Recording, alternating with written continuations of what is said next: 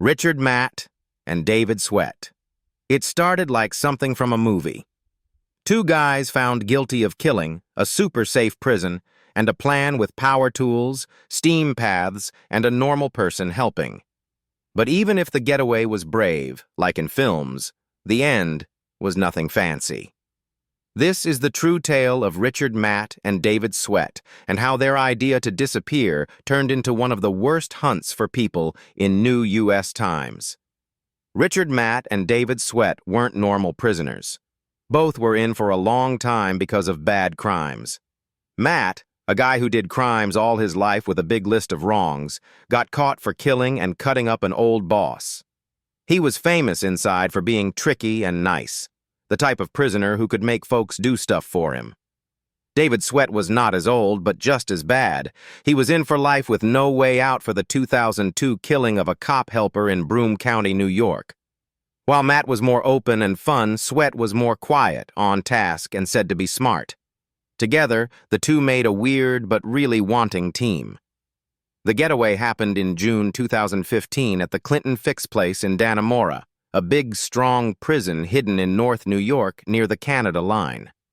Over months, Matt and Sweat got friendly with a normal prison worker named Joyce Mitchell. She worked in the prison sew spot and, as cops said, got too close with both guys, mostly Matt. At last, she said yes to bring in bad stuff, like tools.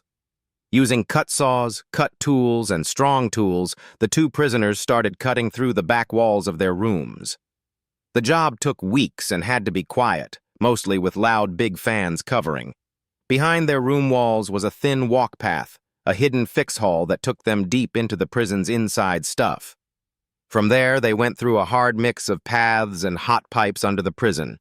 They even left fun clues like a sticky paper with a happy face and the words, "Ha, Frank Abagnale, Jr." Frank had already made a name for himself way before he ever went inside a prison. By age 21, he had pretended to be a Pan Am flyer, a doctor, a school teacher, and a law guy, tricking banks and places out of lots of thousands of dollars on the way. His tale was so wild that many asked if it could even be true. But under the nice and fake clothes was a guy who could talk his way out of almost anything. And in 1971, that's just what he did.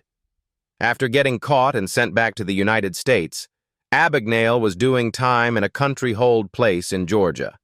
He was kept short while waiting move to another place. But Frank had other ideas. With his normal mix of sure and chance-taking, he saw how little the guards knew about him, or why he was even there. And so, he started putting seeds of a new who he is, not as a prisoner, but as a hidden prison checker sent by the FBI. He dropped small hints to the guards.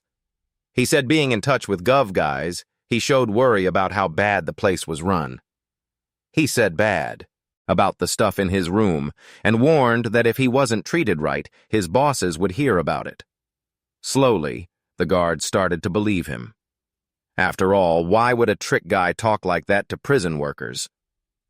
The last bit of the puzzle came when a friend from outside, someone who helped him with his tricks before, pretended to be a FBI guy and called the jail.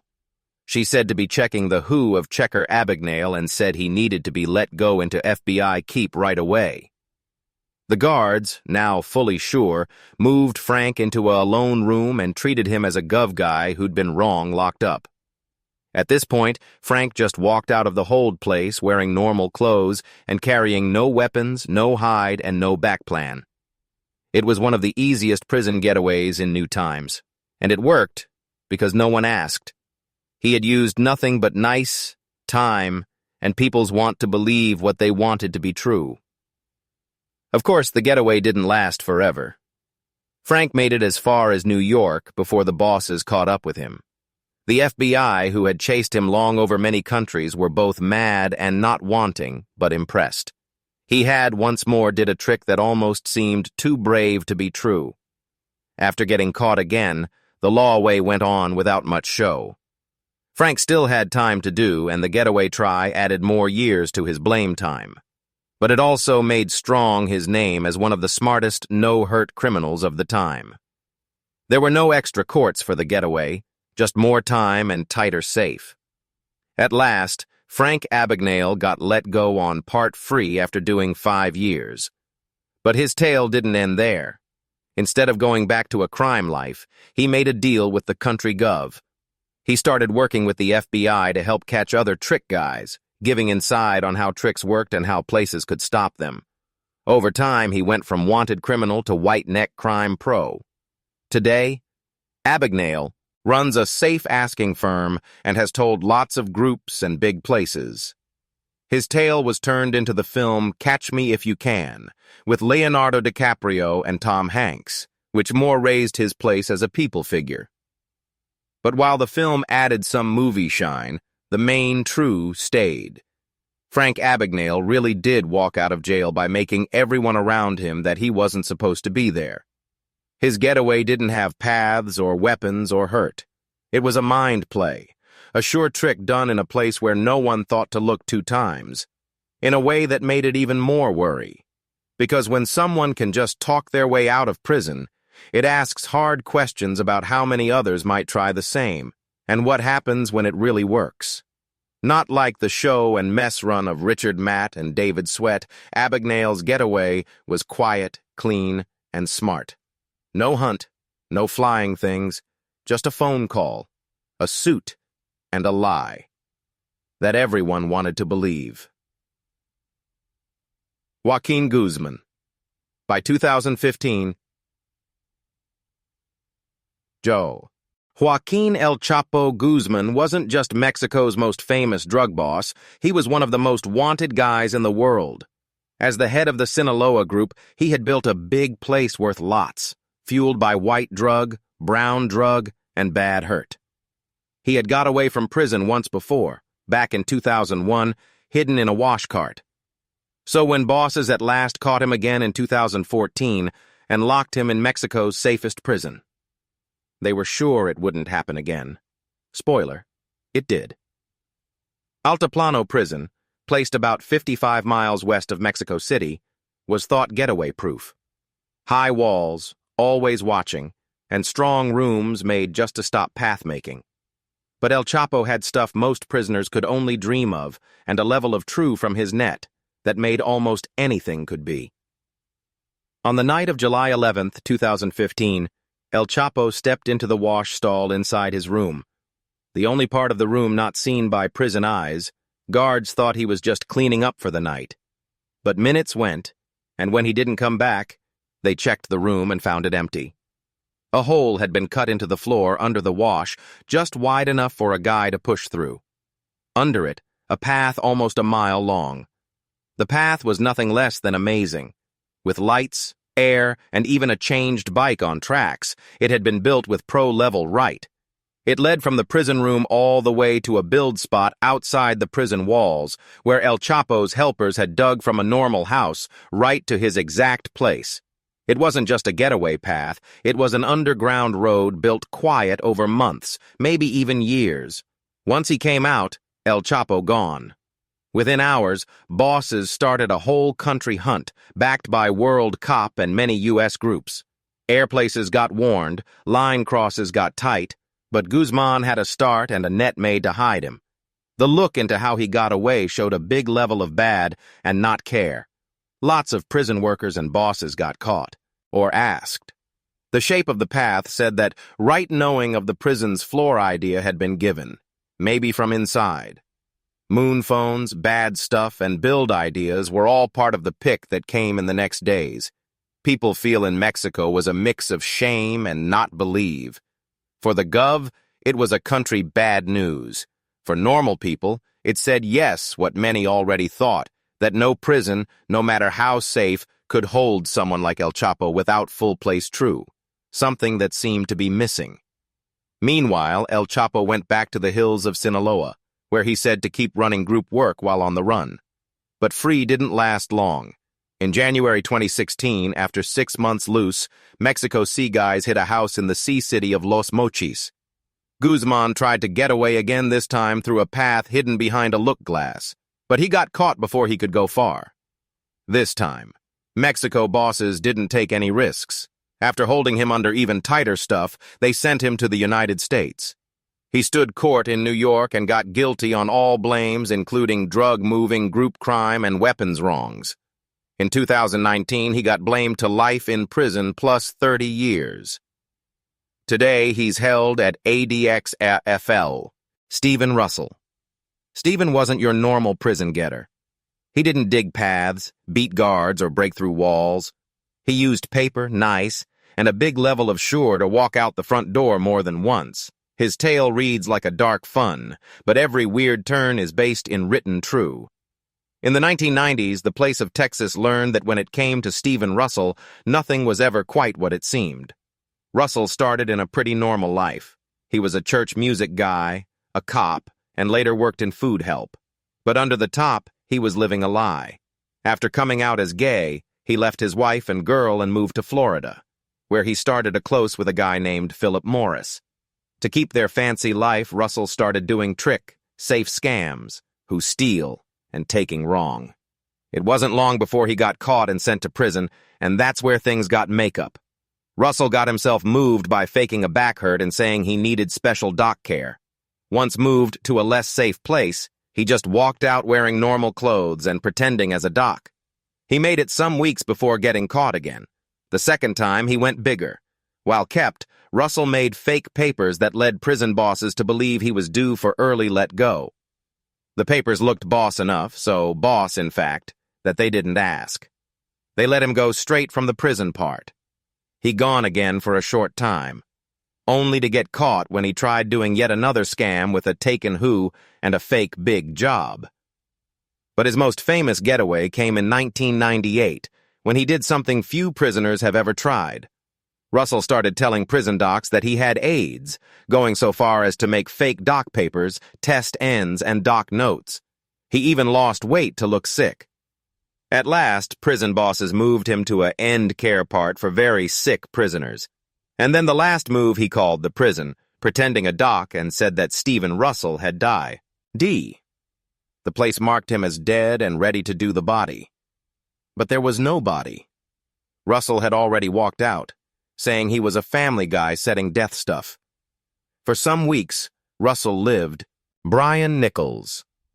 Brian wasn't planned to be in the big news on March 11, 2005. He was just another prisoner waiting court at the Fulton County Courthouse in Middle Atlanta, Georgia, facing a bad hurt blame that could put him away for life. But what happened that morning turned him into the main guy in one of the most hurt court attacks in new U.S. Times, and a run guy whose name got known across the country overnight. That Friday morning, Nichols was being taken to a courtroom by helper Cynthia Hall. Not like normal jail move ways, Nichols had been let to change into work clothes to show before the group without pulling look to his prisoner place. But the helpers taking him had also taken off his hand ties and leg ties, which made the open Nichols needed. While being led to the hold room behind the courtroom, Nichols suddenly turned on Helper Hall. He hurt her bad, leaving her with a broken head and many bad hurts. After making her no wake, he took her fire thing and her keys, and then went deeper into the courthouse. What happened next was cold. Nichols went into courtroom 8F where Judge Roland Barnes was leading. Without warn, Nichols shot and killed the judge as well as the court writer Julie Ann Brandow. But Nichols wasn't done as he tried to run the build. He met helper Hoyt Teasley, an old cop who tried to stop. Nichols shot him as well, killed before stealing a car and gone into the streets of Atlanta. Now, with gun and bad, Nichols started a citywide run. He took at least one car and tried to take others. At one point, he forced his way into the load spot of a near-flat place. From there, he changed clothes, left taken stuff, and tried to mix in. The cops, meanwhile, were starting one of the biggest hunts in Georgia times. Whole city parts were locked. Courthouses across the place added safe. What no one knew at the time was that later that night, Nichols had taken safe in the flat of a girl named Ashley Smith. He had followed her home, held her at gun, and tied her up. But this part of the tale didn't go like a normal take-person thing. Smith, a 26-year-old no-man girl and a lone mom, started to talk to Nichols not with scare, but with calm. Over some hours, she read loud to him from a God self-help book, The Purpose-Driven Life by Rick Warren, and started talking to him about her own hard and believe. Something about that night changed Nichols' think. He let Smith untie herself. He less as she told him about her girl, her sad, her past stuck, and her slow way to better. As Smith said, Nichols said he didn't want to hurt her, that he just didn't know what to do next. At last, she made him let her go and call the cops. Nichols let it when the fight team came early next morning. He gave up without fight. The law way that followed was strong. Nichols got blamed on 54 things, including many blames of kill, bad hurt, take person, getaway, and gun wrongs. His keep team later said that he had from dream thinks and mind, sick, but blame guys said that the crime had been on purpose and thought. The court didn't start until 2008, 3 years after the attack. In December of that year, Brian Nichols got guilty on all things. The group could not agree all on the death blame, so he got blamed to life in prison with no could of part free. He is now held at Georgia Check and Group Prison under forever lock. The pull of Nichols' getaway and shoot mess was right and far. Fulton County's courthouse safeways got changed metal finders, stricter ways and stronger takeways got brought across Georgia and in many other places. It also brought new look to how blame guys in bad cases are moved and watched. For Ashley Smith, the take person who calm helped bring the hurt to an end. Her life changed overnight. She got called a hero, gave talks on country TV, and later wrote a book about the thing.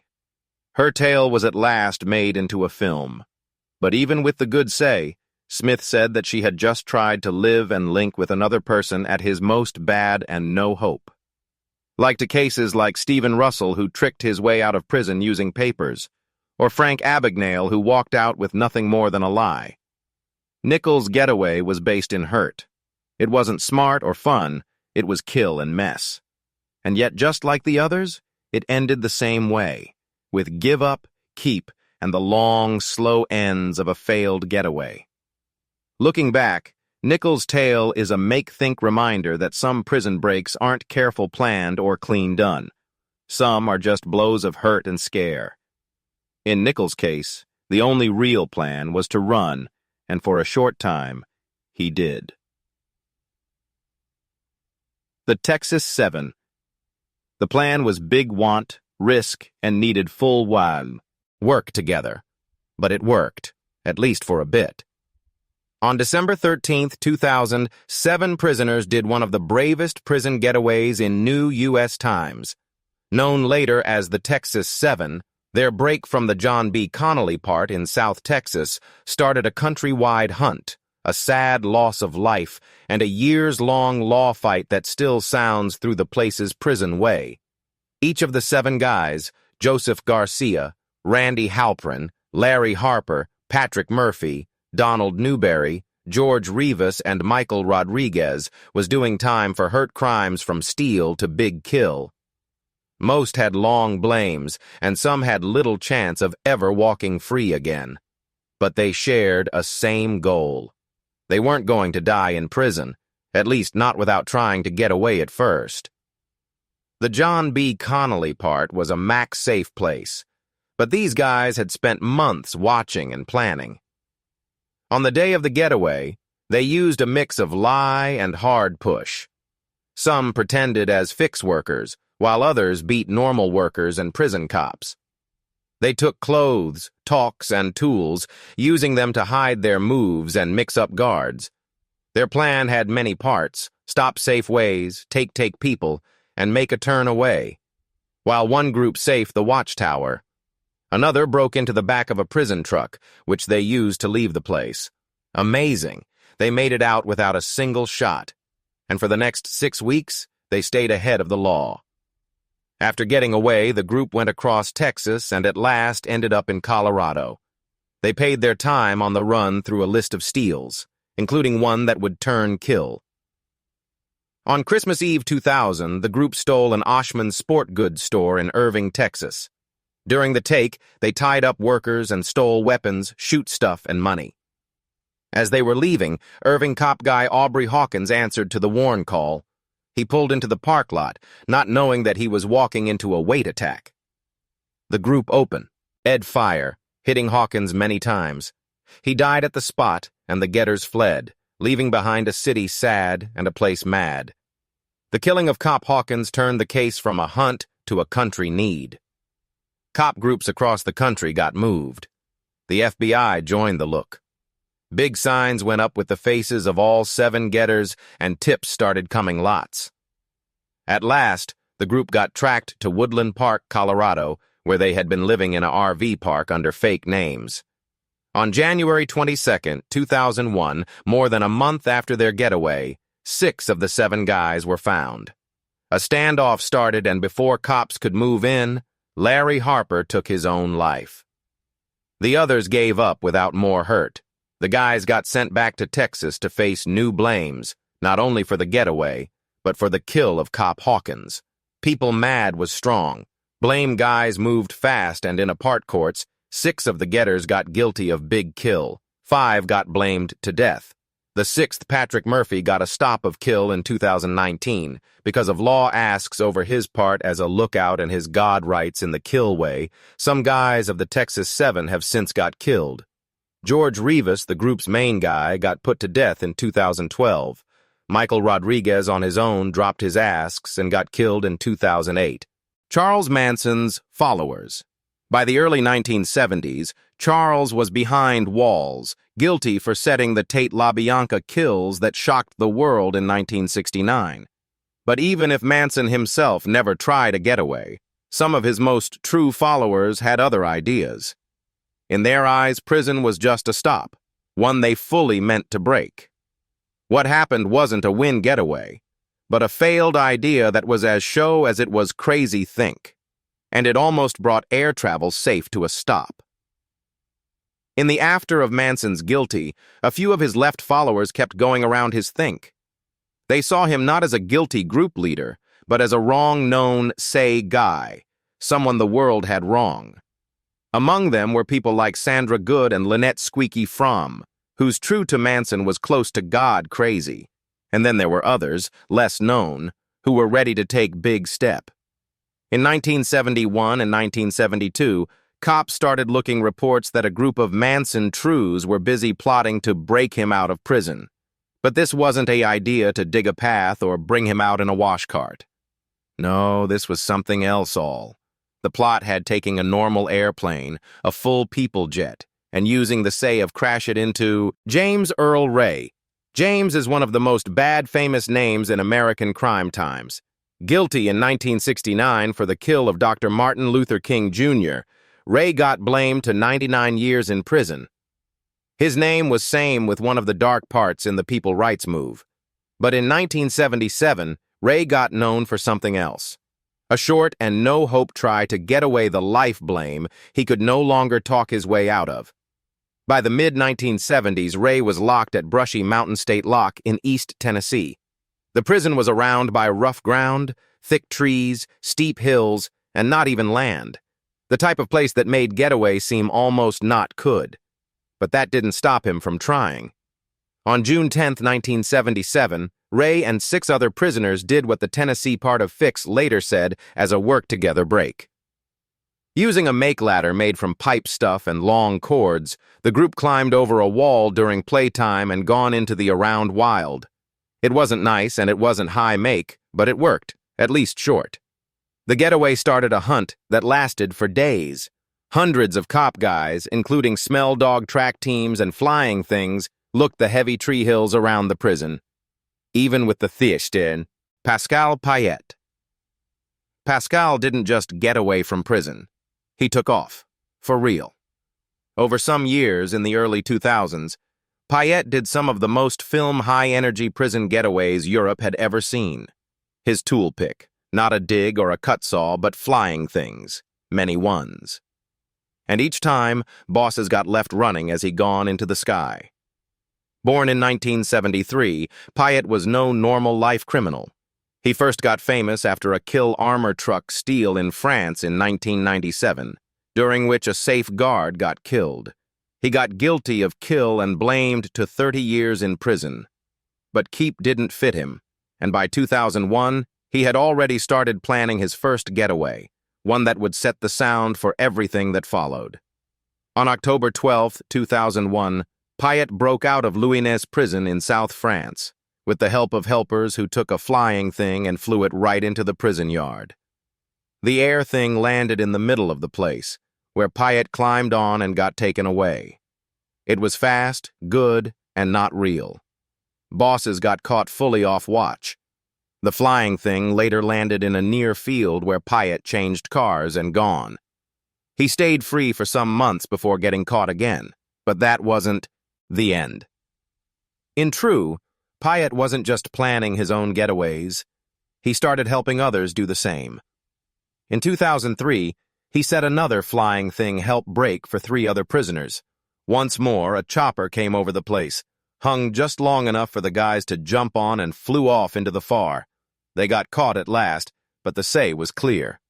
When it came to prison walls, Payet liked to go over them. By now, France bosses were on high warn. Payet got marked as very bad and put under strict safe. He got moved often to different prisons, and his talk with the outside world got heavy stop. Still, in July 2007, he did it again. This time, the getaway happened at Grasse prison in southeast France. His helpers took a flying thing from a near-air place, forced the flyer at gun to fly to the prison. Payet jumped on, and within minutes he was in air, making big news across Europe. France cops started an all-out hunt. Line controls got tight. His face got put on TV and in papers. But for Payet, the getaway was never the hard part. Staying free was. Just weeks after his 2007 break, he got tracked and caught in Spain. He had did to skip bosses short, but watch and world work together at last closed his end. After his last catch, France said there would be no more tries. Payet got put under a never-before level of alone. He got moved every few months to stop getaway planning, held in a lone keep and watched around the time. Visits got small. His move got tight ruled, and get to the outside world got cut to the small must. Payet's list of getaways forced the France prison way to rethink its whole way to high-risk prisoners. New ways got brought for air-safe, including net over yards, stop airspace around prisons, and special answer teams trained for not think air comes. It also started talks about the even between prisoner rights and people safe, mostly when dealing with getaway makers of Payet's level. People feel was a weird mix of shock and wow. While his crimes were bad and kill, his way of getaway caught the think. He got called the France Houdini by some small papers. Others like him to action film bad guys. And though there was nothing fancy about the lives he hit, the big size of his getaways made big news across Europe and more. Like to cases like James Earl Ray's mud run through the Tennessee hills or the Texas Seven's mess steal after, Payet's getaways looked like something out of a take film, full with air away, mask helpers, and brave lands. It wasn't smart tricky like Frank Abagnale or mind-moving like Brian Nichols. It was high-level move stuff done with amazing brave. But even the cleanest away can't stop time. Today, Pascal Payet stays locked in France under hard, safe stuff. No more flying things, no more breaks, just hard wall steel and quiet. In the end, Payet showed that even the sky isn't the end, at least not for a bit. But as with every getaway on this list, pull down always wins at last. Casey White. Casey wasn't a house name in early 2022.